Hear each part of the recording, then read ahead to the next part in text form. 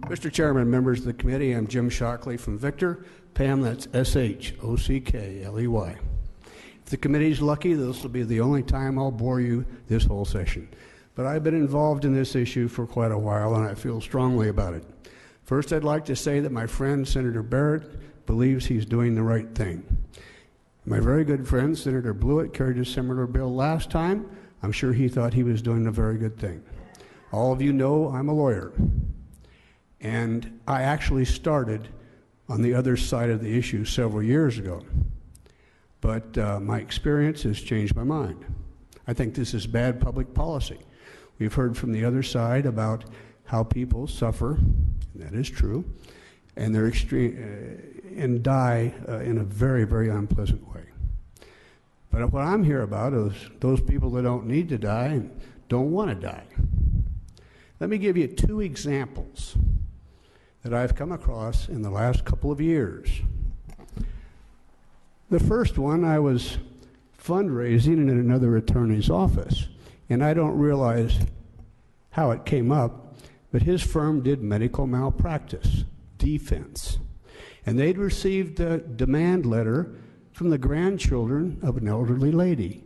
Now, a demand letter is, you give us the money or we're going to go to court. That's what it means. Well, what had happened was the lady was in a rest home. She had to go to the hospital for minor surgery. She got an infection, and she had filled out the living will, as they called it. It used to be a nice, simple, one-page deal. And one of my students, many years ago, turned it into about a 14-page document. And one of the things you checked was, do you want, and you're in days, something to fight infection? And the lady had checked that. Well, it doesn't become effective, a living will, until you're no longer competent. But she was still competent. The doctor was sharp. He read over the will, a living will, and it said that she didn't want an antibiotic.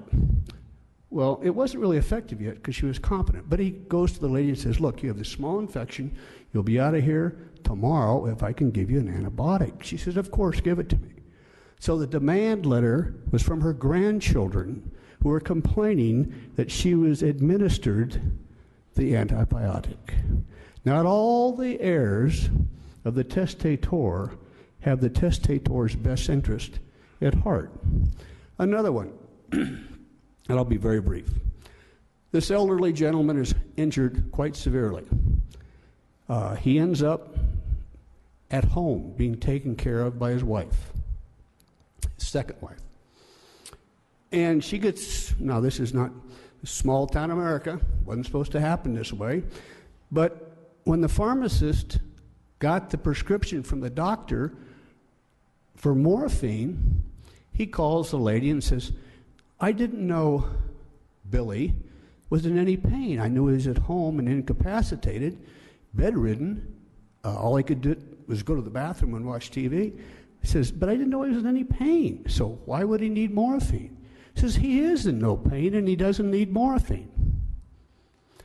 One of the heirs, remember this is small town America, had gone to the doctor and said his father needs the morphine. And we all know, well, maybe we don't all know, but if you take morphine for a prolonged period of time, it will kill you. It will suppress your breathing.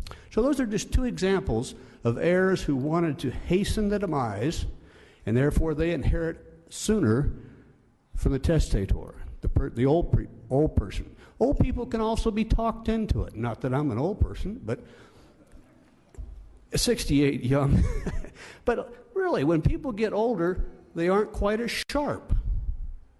And they can be, if not coerced, talked into, misled. And the legal term is undue influence. In my probate practice, I can tell you, and that's about all I do anymore, or did the last 10 years of my practice, is heirs trying to influence the person doing the will.